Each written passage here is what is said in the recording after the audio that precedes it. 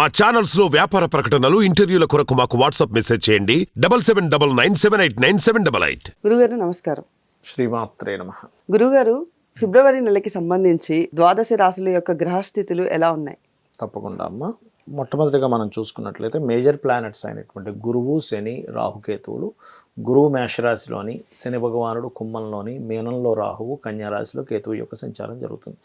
అదేవిధంగా కుజుడు, బుధుడు, శుక్రుడు వచ్చేసి ఇప్పుడు ప్రజెంట్ ఉన్న కండిషన్లో ధనుసు రాశిలో ఉన్నారు. దాని తర్వాత మకరంలోకి ఎంటర్ అవుతున్నారు. కుజుడు 6వ తేదీ, అదేవిధంగా శుక్రుడు 12వ తేదీ, బుధుడు 2వ తేదీ మకరంలోకి వెళ్తున్నాడు. ఆల్రెడీ మకరంలో ఉన్నటువంటి రవి 14వ తేదీ ఫిబ్రవరి నుంచి కుంభంలోకి వెళ్తాడు. అయితే ఈ బుధుడు మాత్రం 2 నుంచి 20వ తేదీ వరకు మాత్రమే మకరంలో ఉండి 20వ తేదీ కుంభరాశిలోకి వెళ్తున్నాడు. కాబట్టి ఈ గ్రహాలు ఒక్కొక్క దానికి ఎలా ఉంటుందంటే ఆత్మకారకుడు, కర్మకారకుడు, బుద్ధికారకుడు, సుఖాన్నిచ్చే కారకుడు, ఇవన్నీ ఏ రాసుల్లో ఉన్నాయి, వీళ్ళకి ఈ రాశి నుంచి లేదా లగ్నం నుంచి ఎలా ఉంటుందనేటువంటిది ఈ గ్రహాలు ఉండేటువంటి కండిషన్ బట్టి తెలుస్తుంది. గురుగారు, ఫిబ్రవరి నెలలో కుంభరాశి వారికి ఎలా ఉంది? కుంభరాశి వారికి కనుక చూసుకున్నట్లయితే ఫిబ్రవరి మాసంలో ఫస్ట్ వీక్ కొంత స్ట్రెస్ ఉంటుందమ్మా. సెకండ్ వీక్ నుంచి రవి వస్తాడు అక్కడికి.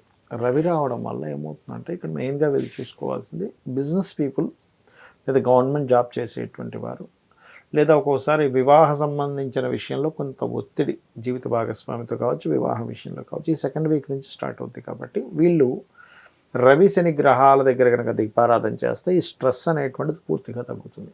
ఓకే, ఈ రాశి వారికి ఫైనాన్స్ రిలేటెడ్ ఎలా ఉంది గురుగారు?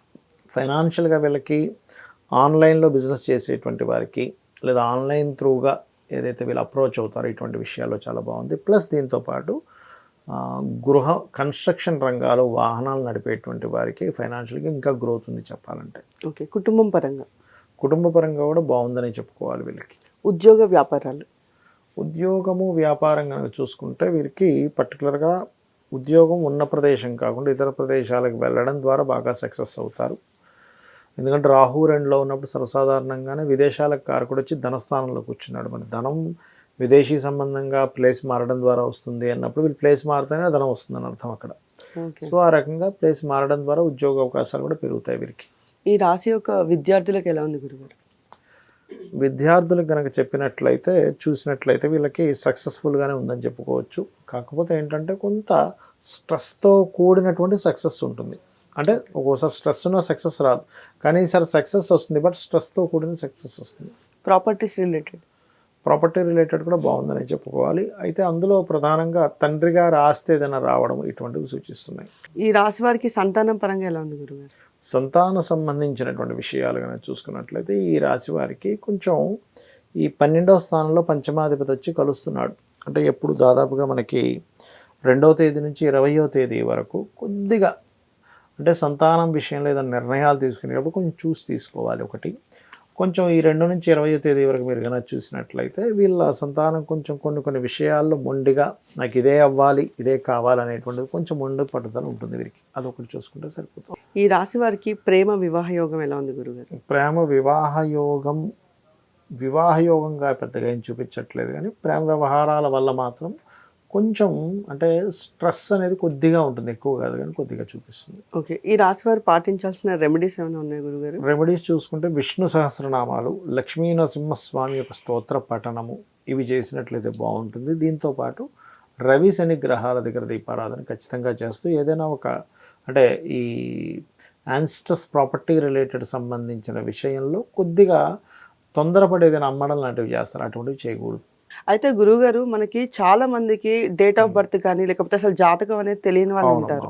మరి వాళ్ళకి సంబంధించి ఏదైనా చెప్పాలి అంటే ఎలా? ఒకటేనమ్మా, వాళ్ళకి సంబంధించి చెప్పాలంటే ఇప్పుడున్న గోచార గ్రహస్థితులు చెప్తున్నాయి. ముఖ్యంగా స్త్రీలు ఉన్నారనుకోండి, జాతకం లేదా వాళ్ళ దగ్గర, వాళ్ళు ఏదైనా ప్రయత్నం చేస్తున్నారు, సక్సెస్ అవ్వాలి, ఏం చేయాలి? నవగ్రహాల్లో కుజ బుధ గ్రహాల దగ్గర దీపారాధన చేసి వాళ్ళు కనుక ప్రారంభించినట్లయితే సక్సెస్ అనేటువంటిది అవుతుంది, గుర్తుపెట్టుకోండి. అలాగే స్త్రీలకి ఎవరికైనా సరే ఉద్యోగం రావట్లేదు, ఆంజనేయ స్వామి ఆలయం కానీ స్కంద ఆలయానికి కానీ వెళ్తూ ట్రై చేసినట్లయితే అవుతుంది. అంటే ఇప్పుడున్న గ్రహస్థితి రీత్యా. ఉమ్, అదేవిధంగా పురుషులకి ఉద్యోగ అవకాశాలు రావట్లేదు, వాళ్ళకి జాతకం లేదు, ఏమీ తెలియదు, అసలు నక్షత్రము రాశి ఏమీ తెలియదు, రాయలేదు, కానీ ఉద్యోగం దొరకట్లేదు. అలాంటి వారు చేయవలసింది ఏమిటి అంటే నవగ్రహాల్లో శని రవి గ్రహాల దగ్గర దీపారాధన కనుక చేసినట్లయితే అన్ని విధాలా బాగుంటుంది. అదేవిధంగా కొంతమందికి అనారోగ్య సమస్యలు ఉంటాయి, అటువంటి వారు కూడా శని రవి గ్రహాల దగ్గర దీపారాధన చేయడము, మరియు ఏదైనా మెడిసిన్ తీసుకునేటప్పుడు ఇప్పుడున్న గ్రహస్థితి రీత్యా క్రీం అచ్యుత అనంత గోవింద అనే నామస్మరణ చేస్తూ మెడిసిన్ తీసుకోవడం కనుక చేసినట్లయితే కూడా అద్భుతంగా పనిచేస్తుంది. కొంతమందికి అనారోగ్య సమస్యలు అధికంగా ఉంటాయి, అలాంటి వారు సూర్య భగవాను చూస్తూ సర్వవ్యాధి ప్రశమని సర్వమృత్యు నివారిణి అగ్రగణ్య అచింత్య రూప కలికల్మషనాశిని అయిన మహా అనేటువంటి నామస్మరణ చేసుకుంటే కూడా అద్భుతంగా ఉంటుంది. ఇక మరి కొంతమందికి వివాహం అవ్వదు, కానీ జాతకం లేదండి అంటూ ఉంటారు, వివాహం అవ్వట్లేదు, జాతకం లేదు. అలాంటప్పుడు ఏం చేయాలంటే బుధగ్రహము కుజగ్రహం దగ్గర దీపారాధన చేసి లలితా సహస్రనామాల్లో ఓం కామేశబద్ధ మాంగళ్య సూత్ర శోభిత కందరాయ నమః అనే నామస్మరణ చేసుకుంటే కూడా తొందరగా క్లియర్ అవుతుంది. ఇంకొంతమందికి చాలా అంటే సంబంధం వస్తుంది, కానీ బంధువర్గాల ద్వారానో ఏదో రకంగా అది డిస్టర్బ్ అయిపోతుంటుంది. అటువంటి వారు రావి చెట్టు చుట్టూ గనక ప్రదక్షిణాలు చేసుకుంటూ ఈ మంత్రం చదివిన, ఏది కామేశబద్ధ మాంగళ్య సూత్ర శోభిత కందర నామం చేసుకుంటూ రావి చెట్టు చుట్టూ తిరిగి అక్కడ సర్పములు ఉంటాయి, ఏది మన ప్రతిష్ఠ చేసినవి, వాటి మీద కొద్దిగా ఒక గ్లాసులో, రాగి గ్లాస్ అయితే ఇంకా మంచిది, లేనట్లయితే ఇంట్లో స్టీల్ ఏదైనా కూడా తీసుకోవచ్చు, తీసుకొని అందులో నింపులుగా గ్లాస్ కానీ చెంబు కానీ తీసుకొని అందులో పర్టికులర్గా కొంత పసుపు, చిటికెడు పసుపు, చిటికెడు గంధము, చిటికెడు కుంకుమ, ఈ మూడింటిని వేసి వాటి చుట్టూ 11 కానీ 21 కానీ 41 ప్రదక్షిణాలు చేస్తూ ఈ మంత్రం చదువుతూ లాస్ట్లో వాటి మీద కనుక అభిషేకంలా చేసినట్లయితే వివాహ సంబంధించిన విషయాలు ముందుకు కదులుతాయి. అంటే ఇది